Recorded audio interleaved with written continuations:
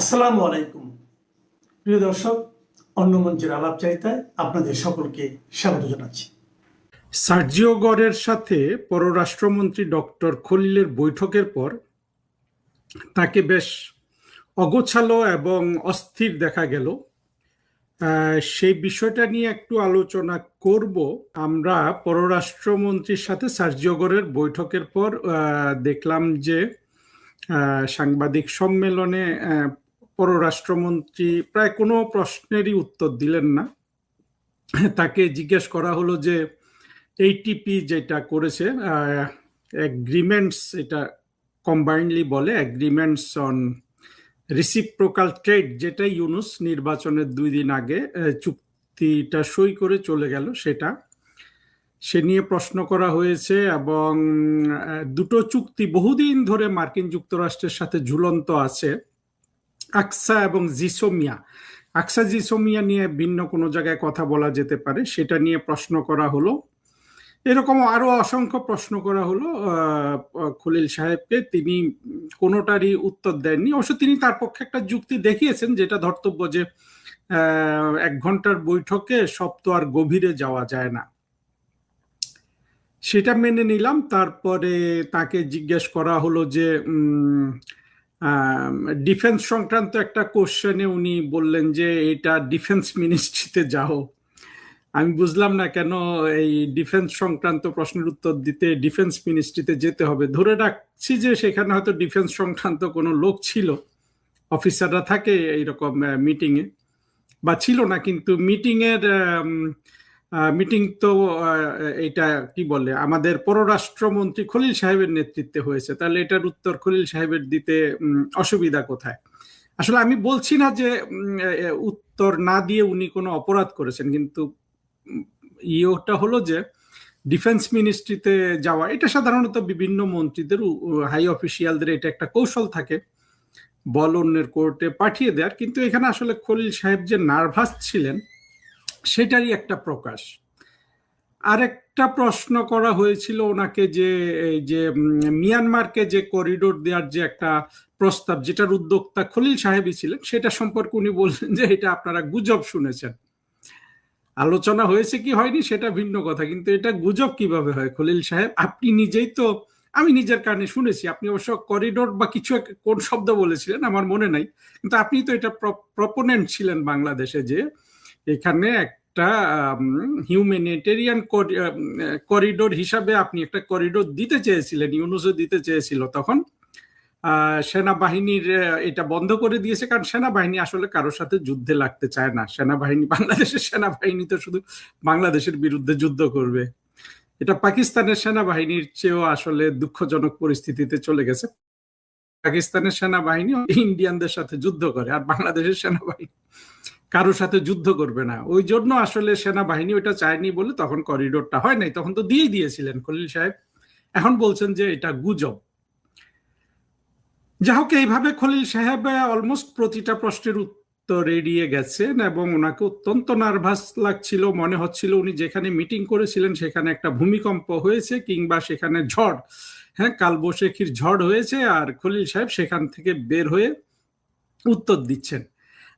আমরা যদি আমাদের আগের পররাষ্ট্রমন্ত্রীগুলোকে দেখি, সেই শেখ হাসিনার আমল থেকে, অর্থাৎ দীপু মনি, তারপরে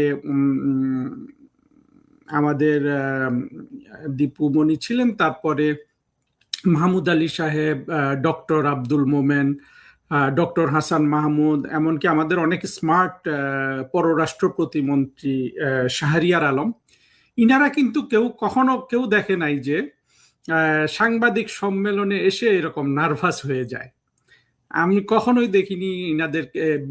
ডক্টর দীপুমণি ইয়ের সাথে সাংবাদিক সম্মেলন করেছিলেন, বৈঠক করেছিলেন হিলারি ক্লিন্টনের সাথে। তারপরে অনেক উদাহরণ আছে, উদাহরণের শেষ নাই। ডক্টর মোমেনের সময় জন কেরি বাংলাদেশে গিয়েছিলেন, তিনি তখন প্রেসিডেন্ট বাইডেনের ক্লাইমেট এনভয় ছিলেন। অত্যন্ত, জন কেরি কিন্তু প্রেসিডেন্সিয়াল ক্যান্ডিডেট ছিলেন মার্কিন যুক্তরাষ্ট্রে। সেখানে ডক্টর মোমেন সাহেব এরকম করে সাংবাদিক সম্মেলন করেছিলেন যৌথ। তারপর এখানে তো শুধু খলিল সাহেব একা ছিলেন, একা কেন ছিলেন সেটাও একটু আলোচনা করতে হবে। তারপরে আমরা এগুলো দেখেছি। ডক্টর মোমেন সাহেব তো মনে হয় ওনার পাশে যদি একটা বোমাও ফাটে উনি কিন্তু নার্ভাস হবেন না কোনো সাংবাদিক সম্মেলনে সাংবাদিকদের কোনো কোশ্চেন ফেস করতে গিয়ে। তো সেই তুলনায় এখানে আমি দেখলাম যে খলিল সাহেব নার্ভাস। হ্যাঁ, খলিল সাহেব হয়তো ব্যক্তি মানে সব কোনো মানুষ এমনিতে কোনো কিছু ফেস করতে গেলে নার্ভাস হতে পারে, এটা একটা হ্যাবিটও থাকতে পারে, কিন্তু এটা মনে হচ্ছে বিয়ন্ড হ্যাবিট, ভেতরে অন্য কিছু আছে। খলিল সাহেব যখন সাংবাদিক সম্মেলন করেন তার পাশে দুইজন ব্যক্তি ছিল, এক হলো তারেক রহমান সাহেবের পররাষ্ট্র বিষয়ক উপদেষ্টা হুমায়ুন কবির। হুমায়ুন কবির মাঝে মাঝে নিচু গলায় হাসছিলেন দাঁত দেখিয়ে। এটা একটা অশোভন জিনিস। আমি হুমায়ুন কবির সম্পর্কে অনেক নেতিবাচক কথা অতীতে বলেছি, এখনো বলতে হচ্ছে যে আসলে কোনো উন্নতি হয় নাই। উন্নতি শুধু এতটুকু হয়েছে যে তাকে আর আগের মতো সামনে আসছেন না উনি, আসতে দেয়া হচ্ছে কি হচ্ছে না সেটা জানি না। পাশে অবশ্য আরেকজন ছিলেন মার্কিন যুক্তরাষ্ট্রে নিযুক্ত বাংলাদেশের রাষ্ট্রদূত, তিনি যথা মানে ট্রেন্ড প্রফেশনাল হিসাবে যেভাবে দাঁড়িয়ে থাকতে হয় সেভাবে তিনি দাঁড়িয়েছিলেন। আর খলিল সাহেব আবার এক প্রশ্নের জবাবে সাংবাদিকদের বললেন যে মানে আপনারা কিছুই জানেন না, মূর্খ। এইটা খলিল সাহেব বা অনেক লোক এই জিনিসটা বুঝতে পারে না। সাংবাদিক সম্মেলন করবেন, সেখানে সাংবাদিক যত মূর্খ হোক যত দোষের হোক কখনো তাদেরকে ডাইরেক্ট এটা বলবেন না খলিল সাহেব। এই দোষটা আমাদের ছিল এই মাহমুদ আলী সাহেবের, মানে সাংবাদিকদের প্রশ্নের উত্তর দিতে না পারলে তারা পড়ে আসে নাই, তারা লিখে আসে নাই, এইভাবে তাদেরকে অ্যাটাক করা। এইটা সত্য কথা হলেও এগুলা বলতে হয় না, মানে ট্রেনিং তো কিছু নিতে হবে নাকি। তো আরেকটা জিনিস খেয়াল করলাম যে খলিল সাহেব কিন্তু শুধু আজকে নার্ভাস তা না, উনি যখন তারেক রহমান সাহেব চীন থেকে ফিরে আসলেন সেইখানেও কিন্তু তিনি এই ধরনের মানে নার্ভাস পুরো না হলেও সহসা সহসা উনি এমন উত্তর দেন যেগুলো আসলে মনে হবে যে আপাতত খুব স্মার্ট, কিন্তু আসলে ভেতরের জিনিস বের হয়ে যায়। তিনি তখন বলেছিলেন যে আপনারা এত মানে ছোট চিন্তা করেন কেন, আমরা কি ভিক্ষার ঝুলি নিয়ে গিয়েছিলাম। এটা তিনি যেন এই কথা বলার জন্য ওখানে অস্থির হয়ে বসেছিলেন, যেগুলো আসলে বডি ল্যাঙ্গুয়েজ হিসাবে বিপরীত, যা বলা হয় তার বিপরীত সিগন্যালটা দেয় আর কি। খলিল সাহেবকে নার্ভাস মনে হচ্ছে কেন, এইটার আসলে কি কারণ থাকতে পারে? আমার মনে হয় খলিল সাহেবকে নার্ভাস মনে হওয়ার কারণটা একটা এক ধরনের আধ্যাত্মিক বিচার ওনার উপর। আমি জানি যে, আমি না, ফরেন মিনিস্ট্রির অফিসাররা এটা জানে, খলিল সাহেবের সারা জীবনের স্বপ্ন বাংলাদেশের পররাষ্ট্রমন্ত্রী হওয়ার। তো বাংলাদেশের পররাষ্ট্রমন্ত্রী তো তিনি হয়েছেন, এবং তিনি যদি স্বাভাবিক পথে হতেন,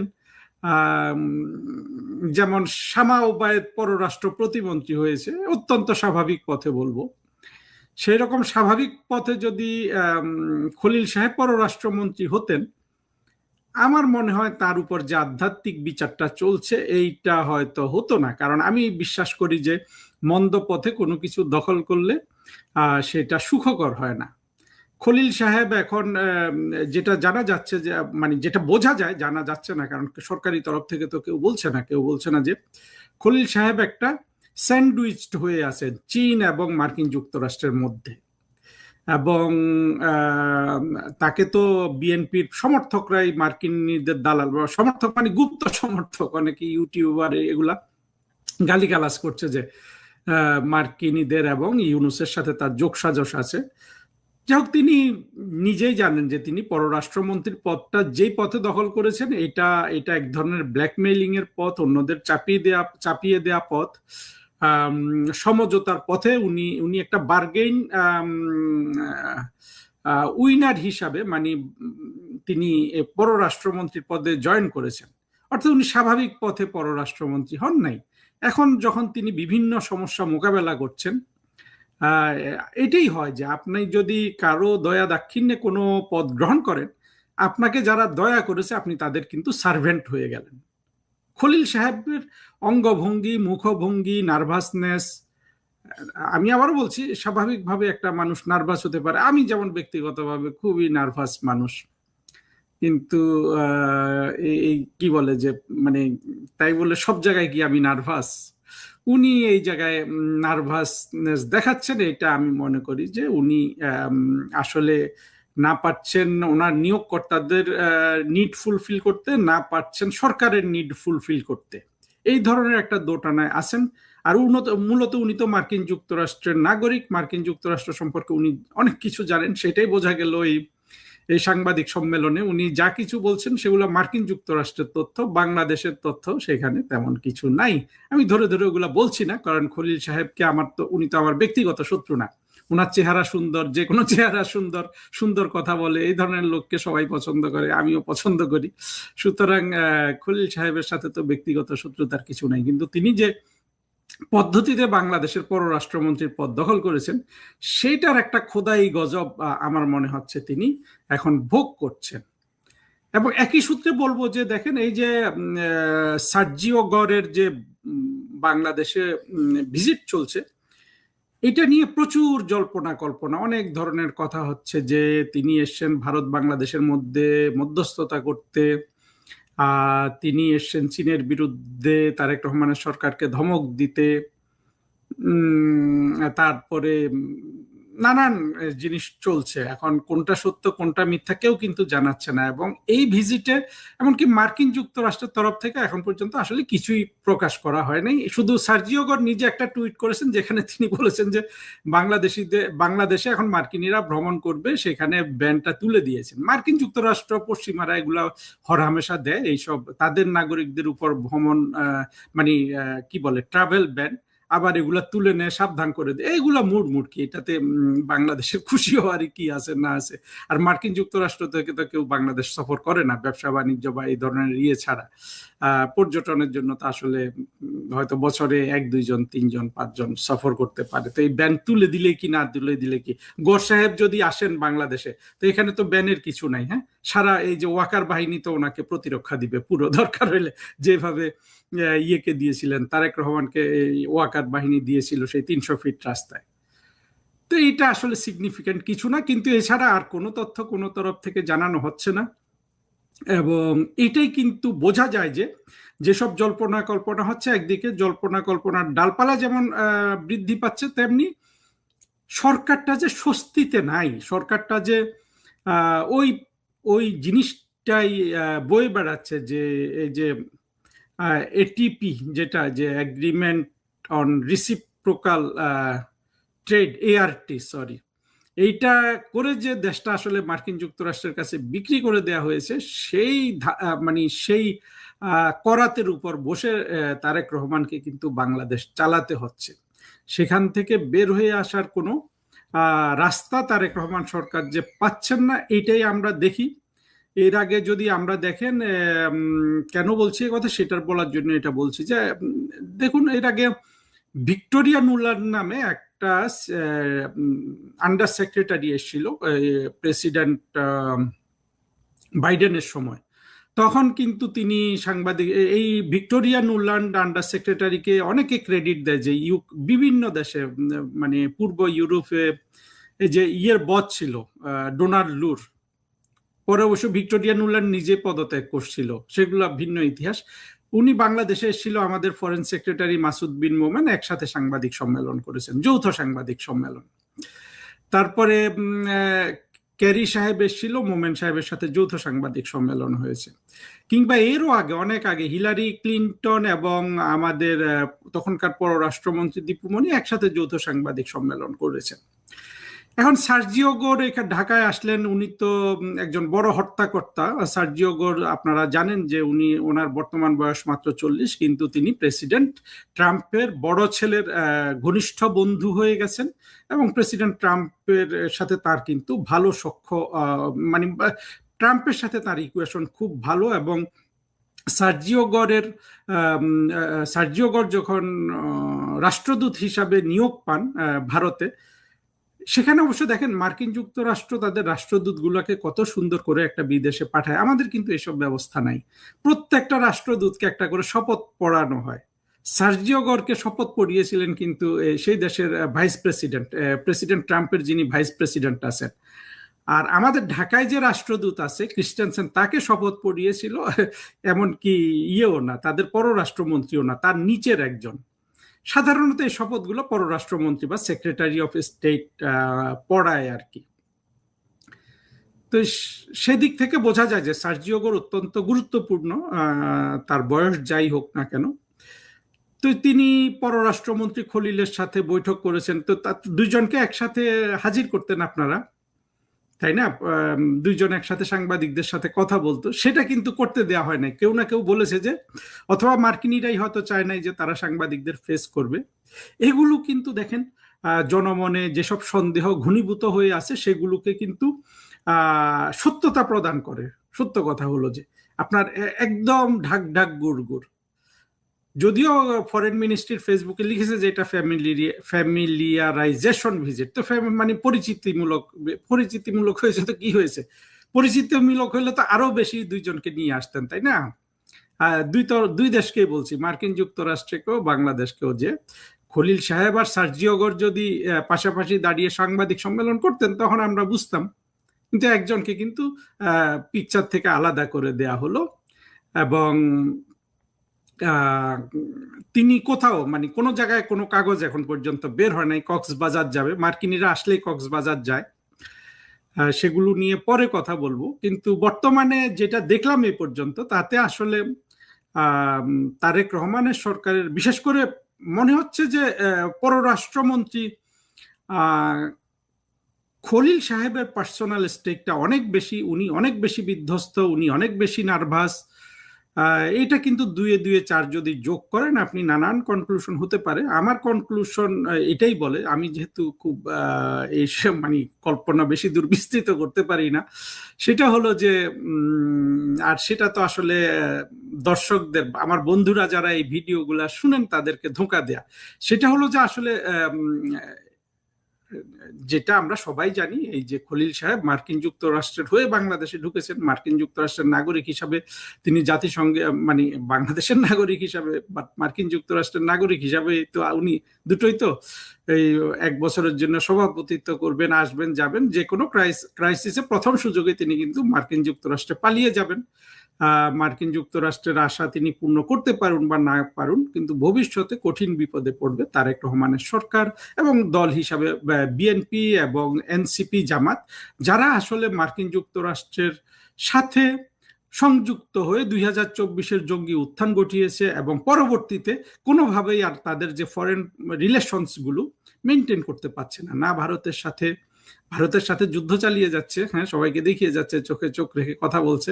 আবার এই ভিডিওতে এসেও কিছু বোধহয় ওই 24-এর জঙ্গি উত্থানের সহযোগীরা গালি দেন।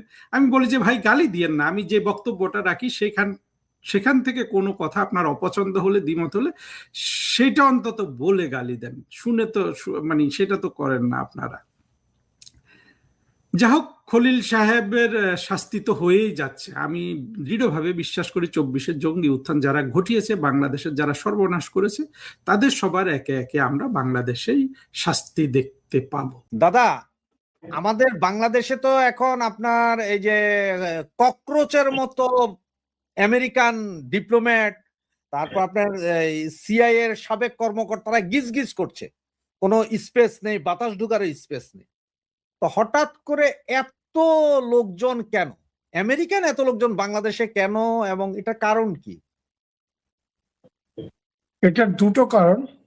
একটা হচ্ছে প্রধানমন্ত্রী তারেক রহমান যে সম্প্রতি চীন সফর করেছেন, সেই চীন সফরে অনেকগুলি চুক্তি হয়েছে, মেমোরান্ডাম অফ আন্ডারস্ট্যান্ডিং, এবং আমেরিকানরা মনে করছে যে তাদের এই অঞ্চলে যে ভূ রাজনৈতিক খেলা, এই খেলাটা মাঠে মারা যাবে। তার কারণ, আমেরিকানরা বাংলাদেশকে এত গুরুত্ব দেওয়ার মূল কারণটা হচ্ছে যে বাংলাদেশকে ঘাঁটি হিসেবে ব্যবহার করে তারা মায়ানমারে যে গৃহযুদ্ধ চলছে, সেই গৃহযুদ্ধে তারা হস্তক্ষেপ করবে বকলমে, যেমন হয় পাকিস্তানের ঘাঁটি গেড়ে তারা আফগানিস্তানের গৃহযুদ্ধে 70-এর দশকে 80-র দশকে মানে হস্তক্ষেপ করেছিল। ঠিক আজকে বাংলাদেশের অবস্থা সেরকম। কেন এরকম? ভারতের সাথে আমেরিকার যত বোঝাপড়া, যত স্ট্র্যাটেজিক অ্যালায়েন্সই থাক, ভারত কোনোভাবেই আমেরিকাকে তার নিজের ভূখণ্ড ব্যবহার করে মায়ানমারে এই ধরনের খেলাধুলা করার রাস্তা করে দেয় নেই। কারণ ভারত চায় না যে, ভারত যেমন এটা চায় না চীনের ব্যাপক প্রভাব বেড়ে যাক মায়ানমারে বা বাংলাদেশে, ভারত এটাও চায় না যে আমেরিকা এখানে এসে একটা বড় রকমের গোলযোগ সৃষ্টি করুক, একটা বড় রকমের সিভিল ওয়ার সেখানে হস্তক্ষেপ করে ঠিক ওই আফগানিস্তানে যেরকম একটা স্থায়ী গোলমালের জায়গা তৈরি করে ফেলেছিল পাকিস্তানকে ব্যবহার করে, এখানে বাংলাদেশকে ব্যবহার করে আমেরিকানরা একটা স্থায়ী গোলযোগ মায়ানমারে করবে, যেটাকে ডিউরেবল ডিসঅর্ডার বলে অনেকে বলছে। এটা ভারত চায় না। কেন? ভারতের মায়ানমারের ভেতর দিয়ে দুটো বড় কানেক্টিভিটি প্রজেক্ট আছে। একটা হচ্ছে কলকাতা থেকে রাখাইন প্রদেশের বন্দর সিটওয়ে, সেখানে বাই সি, সেখান থেকে বাই রিভার মানে নদী পথে কালাদান নদী হয়ে পালেটোয়া, এবং তারপরে সেখান থেকে রাস্তা সড়ক পথে কোথায়? জোরিনপুই, মিজোরামে। অর্থাৎ ভারত শিলিগুড়ি করিডোর দিয়ে তো ভারতের একটা যোগাযোগের ব্যবস্থা উত্তর পূর্বাঞ্চলে আছে। বাংলাদেশের ভেতর দিয়ে যে ট্রানজিটের ব্যবস্থাটা হয়েছিল শেখ হাসিনার সময়, সেটা নিয়ে খানিকটা অনিশ্চয়তা দেখা দিচ্ছে বাংলাদেশের বর্তমান সরকারের নানা রকম ধ্যানাই পানাই এর জন্য। তো এর ফলে মায়ানমার দিয়ে এই কালাদান মাল্টিমোডাল প্রজেক্টটা ভারত সক্রিয় করতে চাইছে। আরেকটা প্রজেক্ট আছে ভারতের ওভারল্যান্ড কানেক্টিভিটির জন্য। ভারতের উত্তর পূর্বাঞ্চলীয় রাজ্য মণিপুর থেকে গোল্ডেন ট্রাইল্যাটারাল হাইওয়ে, যেটা মায়ানমার হয়ে থাইল্যান্ডে মাইসট গিয়ে ঢুকছে। তো এই সব কানেক্টিভিটি প্রজেক্ট যেখানে আছে, ভারত চায় না যে এখানে ব্যাপক গোলযোগ হোক। কেন? ব্যাপক গোলযোগ হলে এই কানেক্টিভিটি প্রজেক্টগুলি করা সম্ভব নয়, কার্যকর করা সম্ভব নয়। তো এই জায়গাতে চীনের প্রভাব বিরাট বেড়ে যাক, এটা যেমন ভারত চায় না, আবার আমেরিকানরা এখানে সেটা বড় রকমের গোলযোগ পাকাক, সেটাও ভারত চায় না। এবং মায়ানমারের ক্ষেত্রে ভারতের পলিসি হচ্ছে, মায়ানমারের যে রাষ্ট্রপতি মিলিটারি চিফ ছিলেন জেনারেল মিং অং লাইন, কিছুদিন আগে ভারতে এসেছিলেন, তখন তাকে বলা হয়েছে যে তুমি টেবিলে বসো। টেবিলে বসে বিভিন্ন যে তোমার অঙ্গরাজ্যে যেসব সক্রিয় সশস্ত্র বিদ্রোহী দল গৃহযুদ্ধে লিপ্ত হয়েছে এদের নিয়ে কথাবার্তা বলো, কথাবার্তা বলে একটা গণতান্ত্রিক পরিবেশ ফিরিয়ে আনো, যাতে করে এই ধরনের গৃহযুদ্ধ বন্ধ হয়। এবং এই ধরনের গৃহযুদ্ধ বন্ধ করার ক্ষেত্রে সেখানকার সেনাবাহিনী নানা রকম ধ্যানাই পানাই করছে, কিন্তু ভারত তাদের বুঝিয়েছে যে তোমরা এই গৃহযুদ্ধে না হলে জয়লাভ করতে পারবে না। তোমরা মিলিটারিলি এইসব অঙ্গরাজ্যের বিদ্রোহগুলি দমন করে দেবে, যেভাবে শ্রীলঙ্কা এলটিটি তামিল টাইগারদের দমন করেছিল, ওদের ওখানে একটা ফোর্স ছিল, আর তোমার এখানে 14-15টা ফোর্স। কাকে দমন করবে? তো তাই জন্য কথাবার্তা বলে দমন কর। তো ভারত এটাই চাইছে যে কথাবার্তা বলে তোমরা সমাধান করে নাও।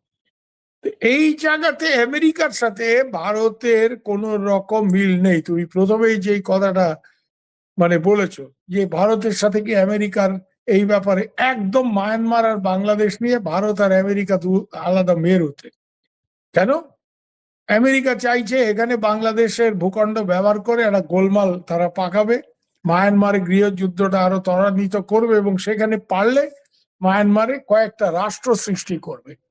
আর বাংলাদেশকে এইভাবে ব্যবহার করে এখানে, যেমন ধরো পাকিস্তানিদের ব্যবহার করে আমেরিকানরা রোহিঙ্গিয়াদের সশস্ত্র ট্রেনিং দেওয়া, তাদেরকে সক্রিয় করা যাতে মায়ানমার আর্মিকে প্যাচে ফেলতে পারে। এখন এই রোহিঙ্গাদের এখানে একটা ভয় কোথায় জানো? ভারতের রাশে ঠিক ওই আফগানিস্তানে জেহাদিদের ব্যবহার করার জন্য ট্রেনিং দিয়ে তাদের একটা অংশকে পাকিস্তান যেমন কাশ্মীরে ব্যবহার করেছে, এরকম এখানে রোহিঙ্গাদের একটা অংশকে ট্রেনিং দিয়ে তারা একটা অংশকে ভারতের পূর্ব বা উত্তর পূর্বাঞ্চলীয় রাজ্যগুলিতে ব্যবহার করবে না, তার কোনো গ্যারান্টি নেই। কেন? পাকিস্তান এই ধরনের হুমকি ইতিমধ্যেই একবার দিয়েছে।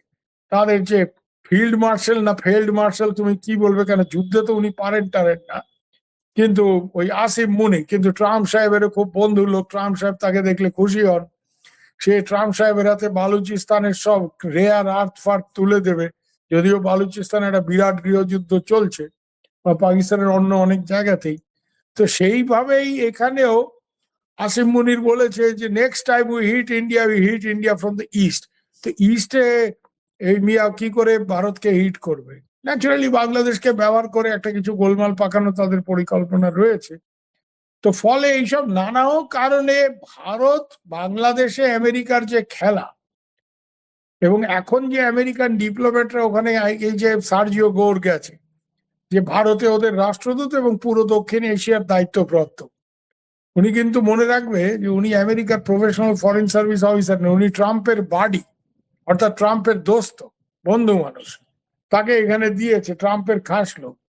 তো সে ওখানে পৌঁছেছে। জেরাল্ড হ্যামিল্টন বলে একজন প্রাক্তন সিআই অফিসার, যার বউ বাংলাদেশি নাগরিক ছিল, এখনো সে আমেরিকার নাগরিক লড়ে, আর অনেক দিনের বাংলাদেশে কাজ করার অভিজ্ঞতা, এই অঞ্চলে কাজ করার অভিজ্ঞতা। সে রিটায়ার্ড অফিসার, কিন্তু তার একটা কোম্পানি আছে যারা সিআই এর সাথে এখনো কাজ করে। আজকাল সিআই এই ধরনের অনেক ডিফেন্স কন্ট্রাক্টর কোম্পানিদের ব্যবহার করে ফিল্ডে, যাতে তাদের উপর ডাইরেক্টলি কোনো ব্লেম না আসে। আর আজ শুনলাম যে আরেকজন ওয়েস্ট ইন হোটেলে গিয়ে চেক ইন করেছে, ম্যালকম ডিক বলে, সে স্টেট ডিপার্টমেন্টের অফিসার। তো এটা মনে করার সঙ্গত কারণ আছে যে আজকে তো সার্জিও গোর পৌঁছেছেন, কালকে ওনার তারেক সাহেবের সাথে বৈঠক আছে, যে এরা সবাই মিলে বিভিন্ন স্তরে, সার্জিও গোর সরাসরি প্রধানমন্ত্রীর সাথে কথা বলবেন, কিন্তু অন্যেরা বিভিন্ন মন্ত্রী, বিভিন্ন সেনাবাহিনীর লোকজন, তাদের সাথে কথা টথা বলে, মানে এই দুটো মেইন টার্গেট, একটা হচ্ছে চীনের যে মায়ানমার করিডোর, সেটাকে বাংলাদেশে এক্সটেন্ড করাটা বন্ধ করা। হ্যাঁ, কারণ তারেক সাহেব একরকম কথা দিয়ে এসছে এবং সেখান থেকে তার জন্য এখন সরাতে গেলে যথেষ্ট চাপ সৃষ্টি করতে হবে। 2 নম্বর হচ্ছে তারেক সাহেবকে, যেহেতু ওই তারেক সাহেব চীনের সাথে একটু বেশি মাখামাখি করার ফলে আমেরিকার তাকে বিশ্বাস করতে পারছে না, তার জন্যই কিন্তু প্রবল চাপ দিয়ে শাহাবুদ্দিন চুপ্পুকে রাষ্ট্রপতির পদ থেকে সরানো হয়েছে। এবং আমেরিকানদের একটা উদ্দেশ্য, এখন ওখানে তাদের নিজেদের লোক বসাবে, তাদের নিজেদের লোক, আদি অকৃত্রিম দালাল, আমেরিকার শ্রেষ্ঠ দালাল মোহাম্মদ ইউনুস। তো ইউনুস সাহেবেরও পেটে পেটে একটা বহুদিনের রাষ্ট্রপতি হওয়ার ইচ্ছা, যেটা হতে পারলে ওনার বিরুদ্ধে আর কোনোদিন কোনো মামলা টামলা হবে না। উনি যে লুটপাট গুলি করেছেন, 2 নম্বরই তো নয়, 24 নম্বরই কাজকর্ম করেছেন। তো ফলে আমেরিকানদের এখন এখানে মেইন পারপাস এটাই, এবং তার জন্য একটা মোটামুটি একটা বড় মাপের অপারেশন আমেরিকানরা শুরু করেছে। শুধুমাত্র সৌজন্যমূলক কারণে সার্জিও গোর ওখানে যেত, একলা যেত, সেখানে সিআই এর অফিসার, সেখানে স্টেট ডিপার্টমেন্টের সার্ভিং ডিপ্লোম্যাট, আরো লোকজন আছে ওখানে, তাদের যারা আছে, ক্রিস্টেনসন তো আছে। তো there is a full fledged American operation এখন, এবং আমেরিকান মানে যে এমবেসি অসম্ভব ব্যস্ত। তারা দুটো টার্গেট তাদের, একটা হচ্ছে চীনের প্রকল্পটা বানচাল করা, আর 2 নম্বর হচ্ছে নতুন রাষ্ট্রপতি ওখানে বসাতে হয় তাদের, এবং তারা চাইছে ইউনুসকে বসাতে। কেন বিএনপি, আমরা যতটুকু খবর পেয়েছি, বিএনপির ইচ্ছে ছিল তাদের দলের একজন সিনিয়র লিডারকে বসাবে, মঈন খান বা মির্জা ফখরুল ইসলাম। দাদা, হ্যাঁ বলুন। সরি আপনাকে ইন্টারাপশন করার জন্য, মানে আমার একটা না, না। প্রশ্ন কিন্তু আমার মনের ভিতর ঘুরছে, আমি প্রশ্নটা না করে আপনারা পারছি না। বলে ভালো। বাংলাদেশ আমার দেশ, বাংলাদেশটা আমার, ভারত আপনার, চায়না চায়নার, আমেরিকা আমেরিকার। এখন আমার দেশের উপরে চায়না যাবে, আমার দেশের উপর দিয়ে না ভারত যাবে না আমেরিকা যাবে, এইটা নিয়ে চায়নার মাথা ব্যথা কেন, ভারতের মাথা ব্যথা কেন, বা আমেরিকার মাথা ব্যথা কেন? আমার বুঝার বিষয়টা হচ্ছে ওইটা, যে আপনাদের কারো তো খুবই মাথা ব্যথা, সহজ। আমার দেশে যে রোহিঙ্গা আছে, এতগুলো রোহিঙ্গা পাঠানোর ব্যাপারে কারো মাথা ব্যথা নাই, কিন্তু করিডোর নিয়ে তিন দেশেরই মাথা ব্যথা। না, 3 দেশের নয়, ভারতের কোনো করিডোর ওখানে ব্যাপার নেই। ভারত যেটা বলেছিল, ভারত যেটা পেয়েও ছিল শেখ হাসিনার আমলে, সেটা হচ্ছে একটা ট্রানজিট। আমরা কোনো করিডোর চাইনি, এটার মধ্যে কোনো মিলিটারি কোনো ডাইমেনশন বা অন্য কোনো ডাইমেনশন নেই। এটা হচ্ছে একমাত্র যে ভারতের, যেহেতু সিরিল র্যাটক্লিফ যেভাবে বেঙ্গলি বাউন্ডারি কমিশনের অ্যাওয়ার্ড দিয়েছিল, তাতে করে আমাদের উত্তর পূর্বাঞ্চল একটা দূরবর্তী অঞ্চল, এবং শিলিগুড়ি করিডোর খুবই সরু করিডোর একটা, সেখানে চীনের একটা ব্যাপার রয়েছে, চীন খুব কাছাকাছি বসে আছে। তো এমনিতে শিলিগুড়ি করিডোর দিয়ে জিনিসপত্র যাচ্ছে, কিন্তু কোনো কারণে যদি ঝামেলা হয় তো তাহলে বাংলাদেশের ভেতর দিয়ে একটা রাস্তা, এবং এইটা ভারত মানে মায়ানমারের ভেতর দিয়ে একই কারণে। ভারতের এটা পুরোপুরি ডিফেন্সিভ একটা ব্যাপার, যে ভারতের নিজের একটা ভূখণ্ড যেটা খুবই দূরবর্তী এবং যার সাথে ভারতের মূল ভূখণ্ডের যোগাযোগ খুবই একটা গোলমালে অবস্থায়। হ্যাঁ, 20 কিলোমিটারের এক করিডোর।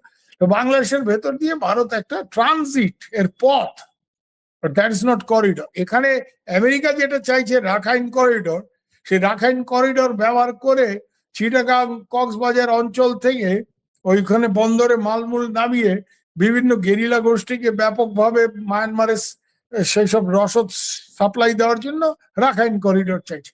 আর চীন খানিকটা সেটাকে বানচাল করার জন্যই, আর খানিকটা তাদের ব্যবসায়িক স্বার্থে, যাতে বঙ্গোপসাগরে তাদের একটা ভালো নৌ উপস্থিতি তৈরি করা যায়, তার জন্য মায়ানমার অব্দি তো তাদের করিডোরটা এসছে। মায়ানমারে যে চকপিউ বন্দর, তারা প্রায় $4 বিলিয়ন খরচ করে, হ্যাঁ, মানে সেটাকে সেট আপ করেছে। ওইখান থেকে এই করিডোরটাকে চিটাগাং মংলা অব্দি, কেন তারেক সাহেব মংলাতে মংলা এখন চীনের হাতে তুলে দিয়েছে। চীনের কোম্পানি ওখানে $650 মিলিয়ন ইনভেস্ট করবে। পায়রাতে ওদের প্রজেক্ট দেওয়া হয়েছে। তো চীন চাইছে তাদের বঙ্গোপসাগরে একটা শক্ত উপস্থিতি এবং নৌ উপস্থিতি। আজকে হয়তো এমনি জাহাজ আসবে মালামাল নিয়ে, কালকে সেখানে নৌবাহিনীর লোক জাহাজ আসবে। আর আমেরিকা চাইছে ঠিক এইটাই, বানচাল করতে। কেন আমেরিকা চায় না কোনোভাবেই যে চীন এই মায়ানমারের ভেতর দিয়ে বঙ্গোপসাগরে এবং বঙ্গোপসাগর থেকে তারপরে ভারত মহাসাগরে একটা অ্যাক্সেস পেয়ে যায়। কারণ চীনের যেটা সব থেকে বড় দুর্বলতা কি, চীনের যে মানে উপকূল, এটা খুবই ছোট উপকূল। এত বড় দেশ, এত বড় অর্থনীতি, এত বড় মিলিটারি, কিন্তু উপকূলটা ছোট এবং পূর্ব এশিয়ার দিকে। সেই জন্য এখন চীনকে তার আমদানি রপ্তানি, এই যে মধ্যপ্রাচ্য থেকে তেল গ্যাস আনা, সবটাই ওই মালাক্কা প্রণালী দিয়ে, যেটা সিঙ্গাপুরের ওখানে। তো এটা চীনের জন্য খুব বিপজ্জনক। কেন, ওইখানে যদি চীনের দুটো জাহাজ কেউ ডুবিয়ে দেয়, আমেরিকানরাই ডোবাক বা অন্য কেউ ডোবাক, চীনের তো মানে এক্সপোর্ট ইম্পোর্ট সব বন্ধ হয়ে যাবে। হ্যাঁ, তো এর জন্য চীন এইটাকে মালাক্কা চোক পয়েন্ট ওরা বলে, চাইনিজ এক্সপার্টরা এটাকে বলে, যারা ভূ রাজনীতি নিয়ে কাজ করে, যে মালাক্কা চোক পয়েন্ট। এটা মানে গলা চিপে ধরার মতো একটা ব্যাপার, যে ওখানে মালাক্কা চীনকে চেপে দেওয়া যায়। তাই জন্য তারা অল্টারনেটিভলি একদিকে চায়না পাকিস্তান ইকোনমিক করিডোর করেছে, যেটা চীনের সিনচিয়ান প্রদেশ থেকে একেবারে বালুচিস্তান অব্দি পৌঁছচ্ছে। বালুচিস্তানে গদর বন্দরটা ওরা করেছে, এবং ওখান দিয়ে আরব সাগর হলেই পার্সিয়ান গালফে ওরা পৌঁছে যেতে পারে। আর এইদিকে মায়ানমার দিয়ে বঙ্গোপসাগর। তো এটাকে ওরা বাংলাদেশের ভিতরে আনতে চাইছে। তার প্রধান কারণটা হচ্ছে যে রাখাইন করিডোর যেটা করতে চাইছে, মানে বাংলাদেশের এখন রাশেদ অবস্থা হচ্ছে কি জানো, ইন্ডিয়া এর মধ্যে কিছু নেই। হ্যাঁ, এটা চীন আর আমেরিকার খেলা। আমেরিকা তারেক সাহেব বলছে আমাদের চট্টগ্রাম থেকে একেবারে মায়ানমারে আমরা যাতে অস্ত্র টস্ত্র দিতে পারি, সব খেলাধুলো করতে পারি, তার জন্য রাখাইন করিডোর দাও। আর ওই রাখাইন করিডোরটাকে বানচাল করার জন্য চীন বলছে আমাদের ওই মায়ানমার অব্দি যে করিডোর, ওটাকে বাংলাদেশের ভেতরে এক্সটেন্ড করো। মানে বাংলাদেশের অবস্থাটা কি জানো রাশে, তোমার একটা জমি আছে, খুব সহজভাবে বুঝায়। তো তোমার জমি তুমি 2 ব্যাটারে দেখাইছো, 2 প্রমোটারে। এখন এক প্রমোটার এই দিক থেকে এসে চাকু নিয়ে তোমার এই কানের পাশে ধরছে যে এই মিয়া এটা আমারে দাও, আর ওই দিক থেকে আরেক প্রমোটার এসে বলছে এটা আমারে দাও। এদিকে চীন বলে আমারে দাও, বাংলাদেশ বলে আমারে দাও।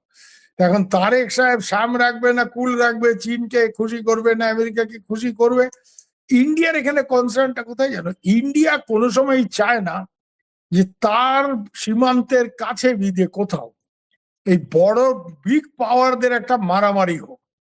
এটা আজকে নয়, 79-এ যখন রাশিয়ানরা, তখন তো রাশিয়া সোভিয়েত ইউনিয়ন বিরাট শক্তি, রাশিয়ানরা এখন হুমহাম করে আফগানিস্তানে ঢুকে গেল। ইন্দিরা গান্ধী বারবার ব্রেজনেভকে না করেছিল।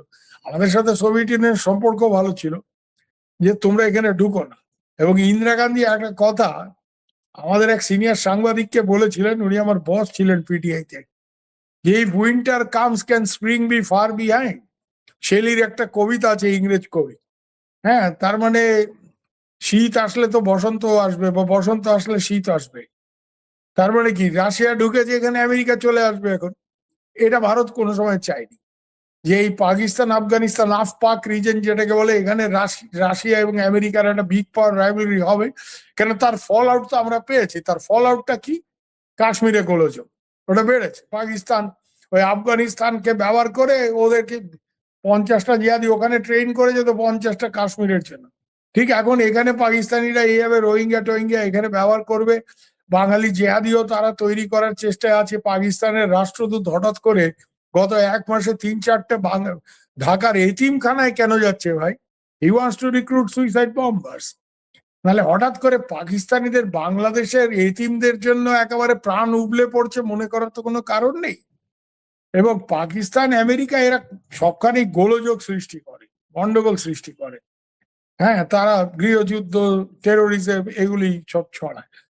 তো ভারতের এখানে অ্যাটিটিউডটা হচ্ছে এটা যাতে না হয়, ভারত এটাকে আটকাবার চেষ্টা করছে। ভারত চায় যেখানে চীনও বেশি ঢুকে পড়ুক, সেটা চায় না। কেন, চীন ঢুকলে আমেরিকা আসবে, আবার আমেরিকা বেশি ঢুকে পড়লে চীন আসবে।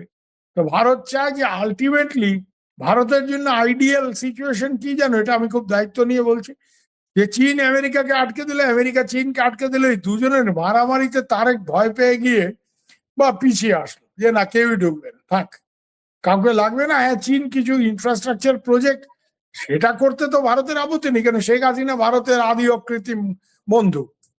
কিন্তু শেখ হাসিনাও তো চীনের থেকে টাকা এনে বড় মাপের প্রজেক্ট করেছিল। কেন?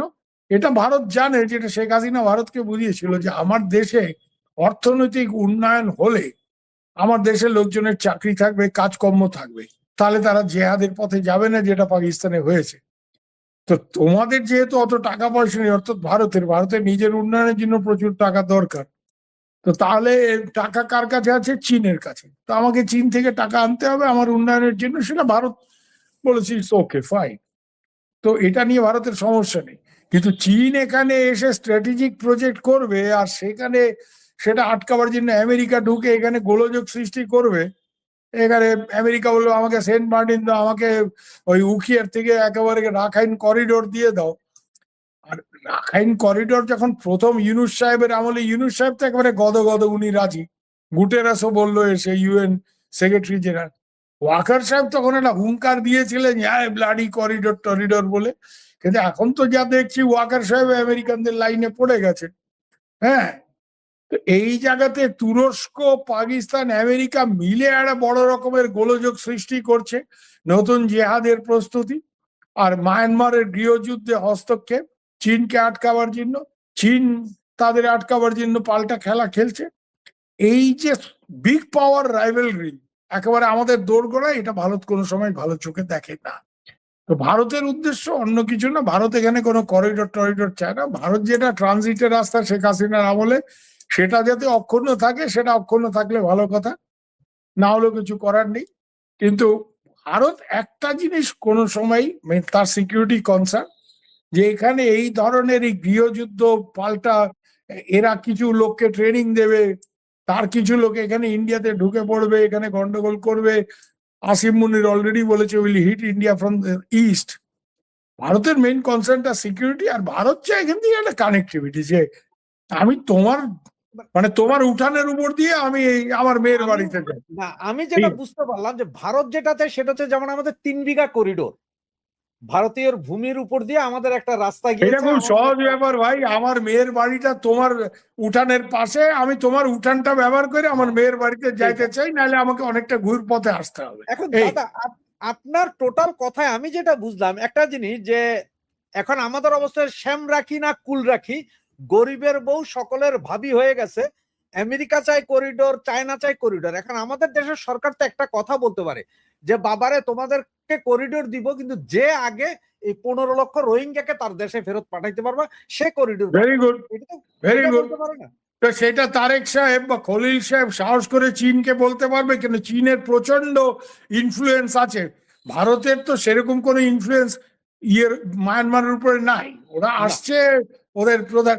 কিন্তু চীনের তো মানে একেবারে পকেটে, মায়ানমারের সামরিক জোনটা পকেটে।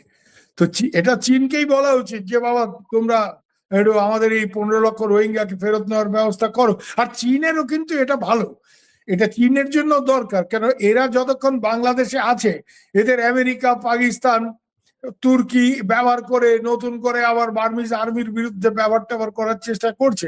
তাই জন্য মায়ানমারকে কিন্তু ভারত বুঝিয়েছে। মায়ানমারের যখন প্রধান এখানে এসেছিলেন যে রোহিঙ্গাদের ফেরত নেওয়ার ব্যাপারটা শুধু বাংলাদেশের স্বার্থ নয়, এখানে তোমারও স্বার্থ আছে, সেটা বুঝিয়েছে। এখন সে রোহিঙ্গাদের ক্ষেত্রে প্রবলেমটা কি জানো তো, রোহিঙ্গারা মায়ানমারে 135টা মানে গ্রুপ আছে, মানে মানে বিভিন্ন জাতি গোষ্ঠী আছে। তো এই এই মানে রোহিঙ্গাদের কিন্তু মায়ানমারের একটা জাতি গোষ্ঠী হিসেবে মায়ানমারের এই সেনা সরকার স্বীকারই করে না। তাহলে 136 নম্বর গ্রুপ হবে ওরা। ওদেরকে কি বলে জানো, রোহিঙ্গা বলে কোনো জিনিস বাংলাদেশে এই মায়ানমারে বলাই হয় না, ওদেরকে ইল্লিগেল বেঙ্গলি বলে। তার মানে এরা সব বাংলাদেশ থেকে গেছে, এখন এরা বাংলাদেশে ফিরে এসছে, এরকম একটা কথা বলে। এই জায়গাতে ওরা যেখানে রোহিঙ্গাদের নিতেই চায় না, এখন ওদের উপরে এই চাপটা সৃষ্টি করে আমরা ওদের বুঝিয়েছি you have to take them back, নাহলে ওরা গোলমাল তৈরি করবে এবং ওদের দিয়ে তোমার এখানে ভূখণ্ডে গন্ডগোল হবে। তো ওরা তো মানে এটা এটা এখন চীন করতে পারে, কারণ চীনের প্রচন্ড ইনফ্লুয়েন্স আছে মায়ানমারের উপরে, এটা চীনকে। তো চীনকে এটা বলতেই পারে যে ভাই আমরা রাখাইন করিডোর আমেরিকাকে দেব না, তোমরা যেসব প্রকল্প করতে চাইছো ভালো কথা, তোমাদের প্রজেক্ট আমরা এক্সটেন্ড করব, কিন্তু তার আগে এইখান এই রোহিঙ্গাদের বিদায় করো, এদেরকে তোমরা ফেরত দাও, নাহলে এদের নিয়ে আমরা 2 দিন পর পর আমাদের গোলমাল এর সম্মুখীন হতে হচ্ছে। এবং এখানে ভারত এটাকে ওয়েলকাম করবে, কেন ভারতও চায় যে রোহিঙ্গারা ফিরে যায়। কেন জানো, এখানে আমাদের স্বার্থটা কোথায় ভারতের? এই রোহিঙ্গারা যারা বাংলাদেশে আছে তারা তো কেউ কেউ করে মানে পিঁপড়া তো এদিকেও ঢোকে না, তো ভারতেও ঢুকেছে প্রচুর রোহিঙ্গা, ভারতে ঢুকেছে। হ্যাঁ, হয়তো লক্ষ লক্ষ ঢোকে নেই, কিন্তু এক আধ লাখ লোক এদিকেও ঢুকে গেছে। তো ভারতেরও এটা সরকার চায় যে এরা ফেরত যাক মায়ানমারে, এই জায়গাটা স্টেবিলাইজ হোক, মানে এই জায়গায় এই যে গোলমাল মারামারি গৃহযুদ্ধ বন্ধ হোক, যে যার লোক যেখানকার লোক সেখানে ফেরত যাক, এটা ভারতও চায়। আর মায়ানমারের তো চাওয়া উচিত। এখন মায়ানমার কেন এদের ফেরত নিচ্ছে না, এদের ফেরত নিলে মায়ানমারের লাভ, ওদের একটা ওইসব মানে একটা আলট্রা রেসিস্ট ব্যাপার আছে এই মায়ানমার জুনটা। দাদা আমরা জানি যে চাইনিজ গভর্নমেন্ট মায়ানমারের যে সামরিক জান্তা আছে তাদেরকে সহযোগিতা করতেছে, সহযোগিতা না, ওদের পকেটে। এই মায়ানমার 2 দিন টিকবে না যদি চায়না ওকে সাপোর্ট না দেয়। কিন্তু আমেরিকা কার পক্ষে? আমেরিকা তো এদের ফেলতে চায় না। আমেরিকা ফেলতে চায় কেন? আমেরিকা ফেলতে চায় কেন? ওরা চীনের, এমনিতে আমেরিকা মায়ানমারের এই জুনটা নিয়ে তাদের মাথা ব্যথা কিছু থাকার কথা না, কিন্তু আমেরিকা চাইছে এদের ফেলতে। কেন? এরা যেহেতু চীনের সাথে সহযোগিতা করে চায়না মায়ানমার ইকোনমিক করিডোর করতে দিচ্ছে, অর্থাৎ মায়ানমারের এই মিলিটারি জুনটা যেহেতু চীনকে রাস্তা করে দিচ্ছে বঙ্গোপসাগরে ঢোকার, এর জন্য এদেরকে আমেরিকা ফেলতে চায়। সো আমেরিকান এই যে সব আমেরিকার এই পান্ডা গুন্ডারা এখন যে ঢাকায় গিয়ে হাজির হয়েছে, গোর, হ্যামিল্টন, ডিক, এদের একটাই উদ্দেশ্য যে এই করিডোর বন্ধ করো, আমাদের সাহায্য করো, আমরা রাখাইন করিডোর করব, আমরা এখান দিয়ে জিনিসপত্র পাঠাবো মায়ানমারে। এখন আমেরিকার তো প্রবলেম হয়ে গেছে না, আমেরিকা এখানে এই গেরিলা গোষ্ঠীগুলিকে ট্রেনিং দেওয়ার জন্য কিছু লোককে পাঠিয়েছিল, তাদের মধ্যে কয়েকজন ভারত দিয়ে ভারতের ভূখণ্ড দিয়ে ফেরার সময় তাদেরকে ভারত অ্যারেস্ট করে জেলে ঢুকিয়ে দিয়েছে, ম্যাথিউ ভ্যান ডাইক এবং কয়েকটা ইউক্রেনিয়ানকে যারা ড্রোনের এক্সপার্ট। আমেরিকা অনেক চাপাচাপি করেও ভারত এদেরকে ছাড়ছে না। এর জন্য আমেরিকানরা আমাদের উপর প্রবলভাবে ক্ষেপে রয়েছে। এই জন্য আমেরিকানরা আমাদের রর বিরুদ্ধে, আমাদের ইন্টেলিজেন্সের কিছু অফিসারের বিরুদ্ধে ওই আমেরিকার ভূখণ্ডে এক শিখ মানে বিচ্ছিন্নতাবাদী নেতা হত্যার জন্য তাদের বিরুদ্ধে মামলা দিয়েছে চাপ সৃষ্টি করার জন্য। তো আমেরিকার সাথে তো আমাদের এইসব গোলমালগুলি চলছে এবং এর জন্য আমেরিকা নানা রকম অন্য চাপও আমাদের উপর সৃষ্টি করছে, শুল্ক বাড়াচ্ছে ট্রাম্প সাহেব। হ্যাঁ, রাশিয়ার থেকে তুমি তেল কিনতে পারবে না, মানে গুন্ডামি আর কি। আমি কার থেকে তেল কিনবে তো আমার ব্যাপার, আমি এখানে সুবিধা। তো ট্রাম্প বলে দেবে তুমি অমুকের থেকে তেল কিনতে পারবে না। বাংলাদেশকে তো বলে দিয়েছে, বাংলাদেশ তো রাজিও হয়েছে। বাংলাদেশ তো অনেক কিছু মানে জিনিস আমেরিকার থেকেই কিনতে হবে, তার মধ্যে শুয়োরের গোস্তও আছে, পর্কও আছে। তখন হুজুরদের আপত্তি হয় না, ইউনূস সাহেবেরও কোনো আপত্তি হয় না, তারা ওখানে সই করেছে।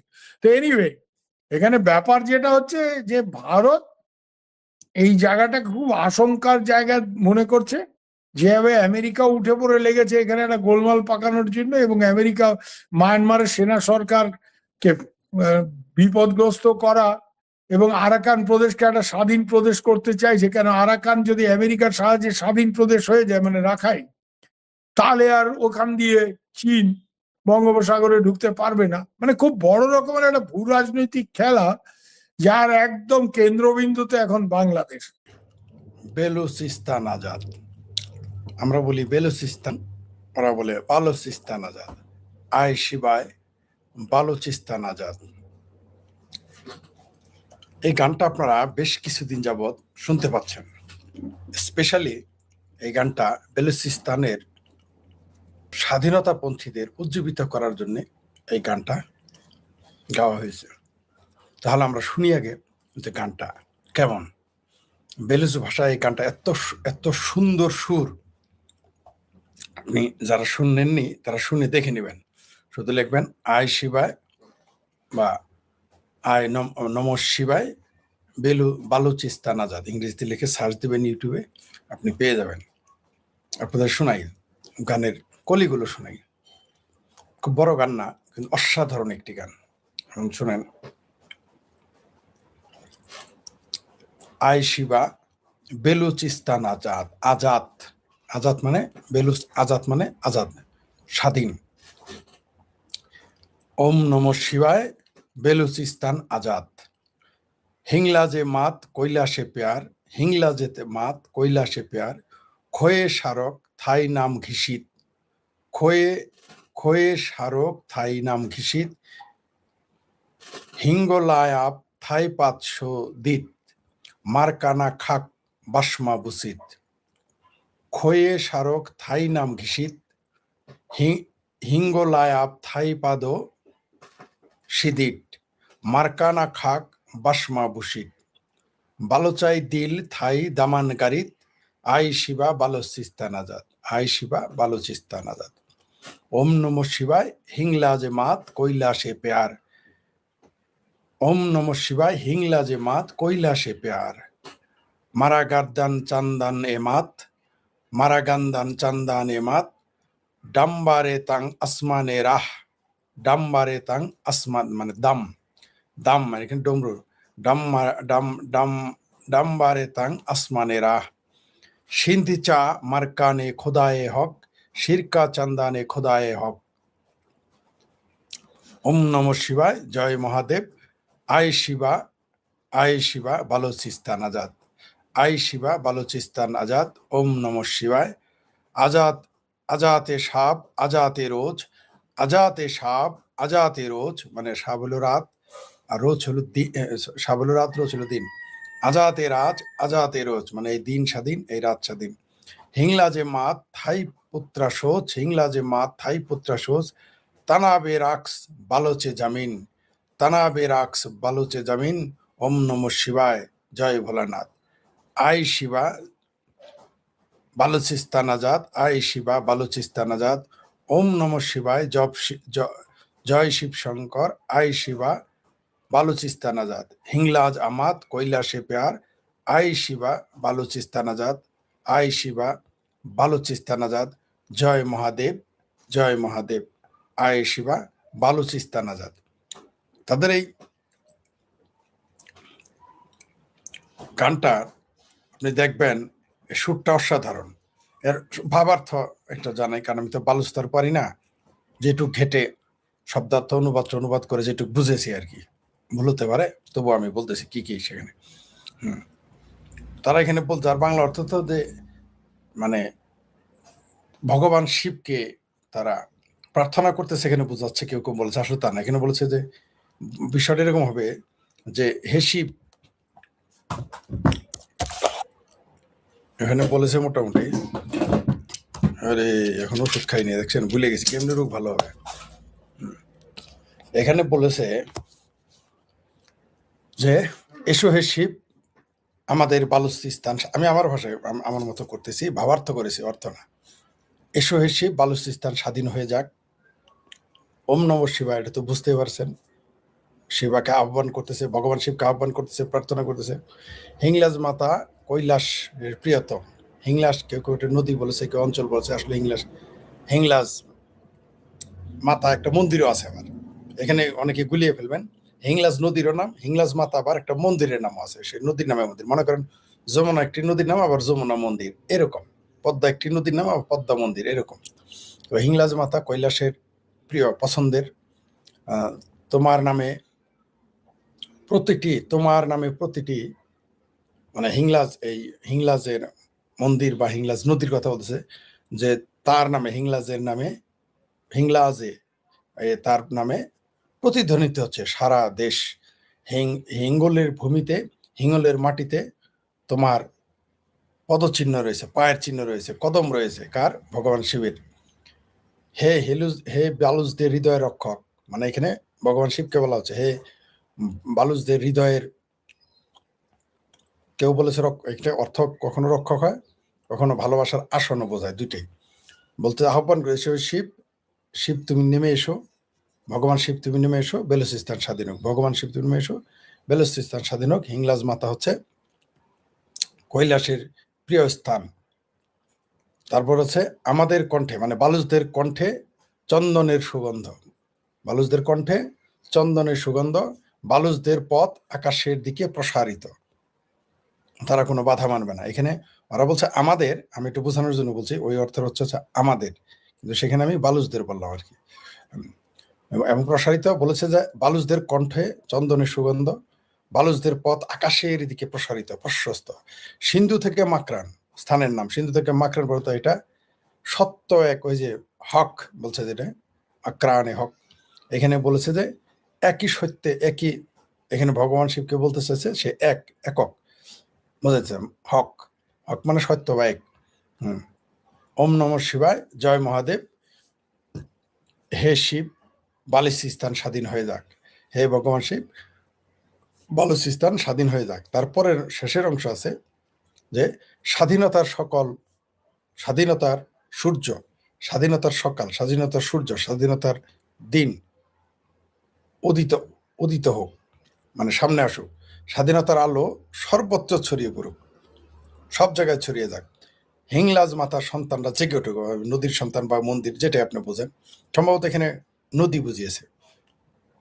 যে হিংলাজ নদীর সন্তান, যেমন আমরা বললাম আমার পদ্মার সন্তান, যমুনার সন্তান, মেঘনার, যেমন আমাদের ছিল না স্লোগান, পদ্মা মেঘনা যমুনা তোমার আমার ঠিকানা, তেমনি এইখানেও এই গানে হিংলাজ এই নদীর কথা উঠে এসেছে। কি বলেছে?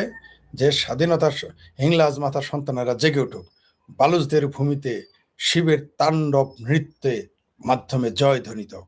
শেষ লাইনটা কিন্তু চমৎকার, যে বালুচদের এই পবিত্র ভূমিতে ভগবান শিবের তাণ্ডব নৃত্য, মানে সৃষ্টি এবং ধ্বংস একই সাথে। তাণ্ডব, ভগবান শিবের যে তাণ্ডব লীলাকে বলা হয় ধ্বংস, আসলে তা না, কিন্তু ধ্বংস এবং সৃষ্টি একই সাথে দুইটাই। তাণ্ডব মানে দুইটাই বোঝায়, সৃষ্টি এবং ধ্বংস দুইটাই। তো বালুচদের ভূমিতে শিবের তাণ্ডব নৃত্য ধ্বনিত, মানে নৃত্যের আওয়াজ ছড়িয়ে যাক, ছিটিয়ে যাক, এটা বোঝানো হয়েছে। মূলত এটা একটা, যে এই গানটা গেয়েছে চমৎকার, আমরা দেখলাম সেখানে খুব অসাধারণ একটি গান গেয়েছে। আমরাও বেলুচদের পক্ষে থাকবো, আছি। বালুচদের আমরা পক্ষে সবসময় থাকবো। তারা বারবার তাদের গানের সর্বশেষ একেবারে যে দেখেন একই সময় সুর আসছে, ওম নম শিবায়, জয় শিব শঙ্কর, হিংলাজ মাতা কৈলাসে প্রিয়তম। এসো হে ভগবান শিব, ভগবান শিব এসে তুমি আমাদের কি বালুচিস্তান স্বাধীন করে দাও, বা স্বাধীন বালুচিস্তান। এখানে আজাদ হলো স্বাধীন, মুক্ত। আজাদ যেমন উর্দু বা হিন্দিতে আজাদ হলো মুক্ত, বাংলা হলো স্বাধীন, বালুচ হলো আজাদ, মানে হিংলাজ কখনো দেবী, কখনো নদীর নাম, কখনো মন্দিরের নাম। আপনারা শুনেছেন তো এই গান? অসাধারণ এই গানটি শুনলাম, অসাধারণ। সুরটা যিনি দিয়েছে অসাধারণ। কেউ আমাকে বলেছে এটা নাকি ইআই দিয়ে বানানো, তা আমি জানি না সম্পূর্ণ, এটা আমি সঠিক জানি না, কিন্তু গানটা অসাধারণ। তারা স্বাধীনতার পক্ষে তারা কথা বলেছে। আয় শিবা, আয় নম শিবায়, বালুচিস্তান আজাদ। আপনারা এটা শুনতে পারেন, অসাধারণ সুর এখানে আছে। বালুচিস্তান তারা ৭৫ বছর যাবৎ তার স্বাধীনতার জন্য লড়াই করে চলছে। তাদের মান সম্মান তো সম্ভ্রম তো যাচ্ছে, জীবন যাচ্ছে। বিস্ময়কর ব্যাপার হলো যে এরা পৃথিবীর একমাত্র দেশ পাকিস্তান, যারা তাদের দেশের নাগরিক বলে দাবি করে, সেই বালুচিস্তানের মানুষদের অঙ্গ প্রত্যঙ্গ পর্যন্ত নিয়ে বিক্রি করে এই পাকিস্তান সেনাবাহিনীরা। কত হারামি এরা! পৃথিবীতে সবচেয়ে বেশি মানুষ হত্যা করেছে এই পাকিস্তান বাহিনী, সবচেয়ে বেশি মুসলমান হত্যা করেছে এই পাকিস্তান বাহিনী, কিন্তু এদের ব্যাপারে কারো কোনো কথা নেই। অদ্ভুত ব্যাপার, এই বেলুচদের স্বাধীনতার জন্য বাংলাদেশের বামপন্থী, ভারতের বামপন্থীরা টু শব্দটি করে না। বাংলাদেশের মুসলমান, পাকিস্তানের মুসলমান টু শব্দটি করে না। বাংলাদেশের মুসলমান, ভারতের মুসলমান টু শব্দটি করে না। ইউরোপের, আমেরিকার বামপন্থীরা টু শব্দটি করে না। অদ্ভুত ব্যাপার, মানে এদের মানবাধিকার, আমার খুব দুঃখ হয় যে এদের মানবাধিকারটা, এদের যে মানবাধিকার, স্বাধীনতা, গণতন্ত্র, এগুলো সব সিলেক্টিভ। এরা সব জায়গায় একজন দুইজনের কিছু ঘটলেই বা একজনের ধাক্কা দিলে তার পক্ষে বিবৃতি দেয়, কাউকে হুমকি দিলে বিবৃতি দেয়, আর সেখানে লাখো লাখো মানুষ মেরে ফেলছে, সেই পাকিস্তানের বিরুদ্ধে কোনো বিবৃতি নেই। বেলুচদের পক্ষে আমাদের সোচ্চার হতে হবে।